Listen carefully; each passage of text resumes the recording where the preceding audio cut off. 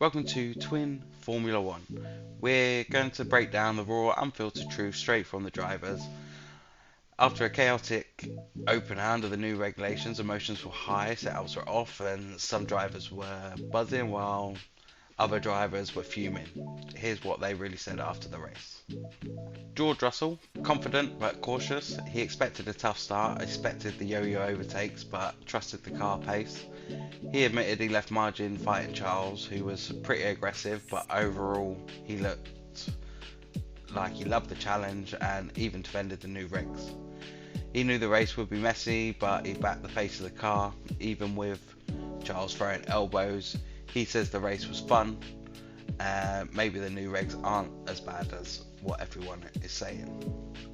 Kimi Antonelli, stressful start, strong recovery, battery issues, wheel spin, no burnouts at the start, but still a strong race and huge praise for the team fixing the car overnight. His start was a disaster, but the pace afterwards was mega. He says the team saved his weekend by rebuilding the car and he's buzzing for the season ahead. Second place I would be too. Charles Leclerc, fast start, slow race. Great launch, but the car felt wrong all race. He thinks he wasn't in the right setup window. He nailed the start, but the pace just wasn't there. He says the car felt strange and he never found the right setup window.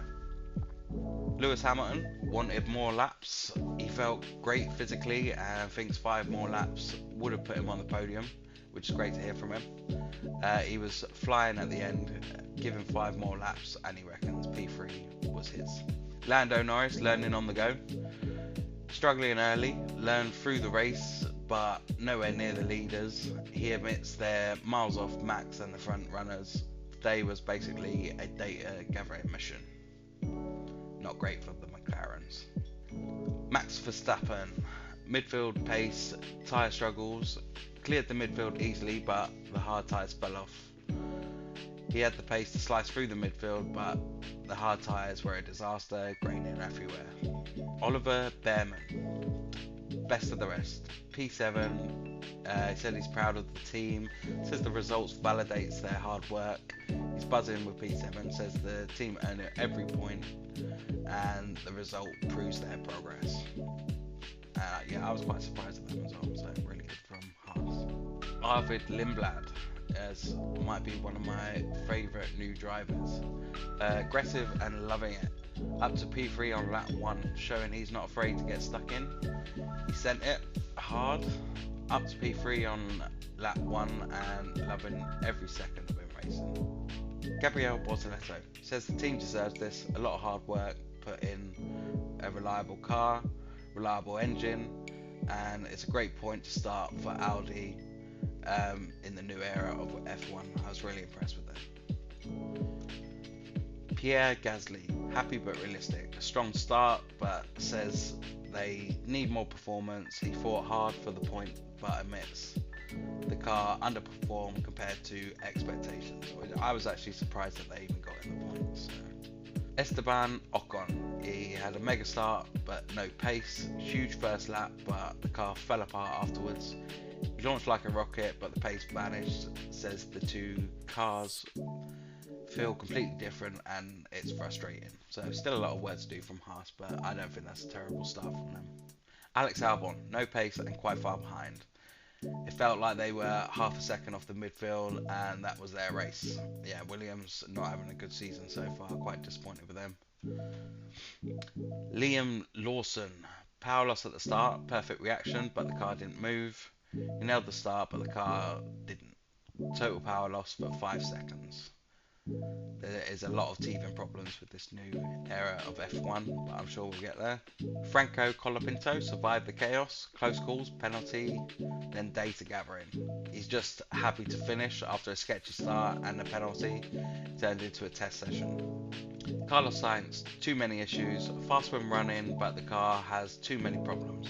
He says he's quick, but the car isn't. Too heavy, not enough downforce, too many issues. Sergio Perez, regulation change reality check. Says this was the best result they could hope for.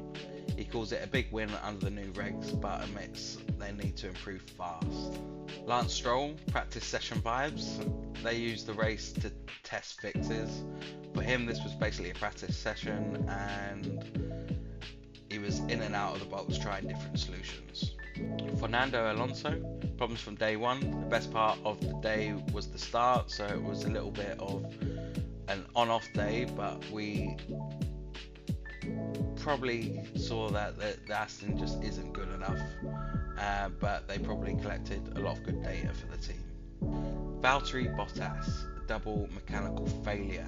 He had two separate issues. One was fixed with a steering wheel swap, the other was terminal. He still thinks there are positives to take from this, and there definitely are. Isaac Hadjar, another bad race in Australia, issues for the Red Bull team. Reliability will be questioned. He's not having fun so far in 2026. We'll see how Red Bull progress through the year.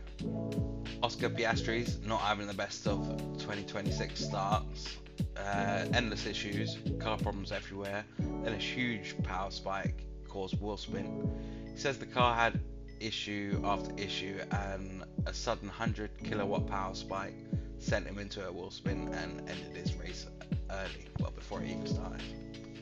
Nico Hulkenberg didn't even make the start. He had technical issues on the way to the grid.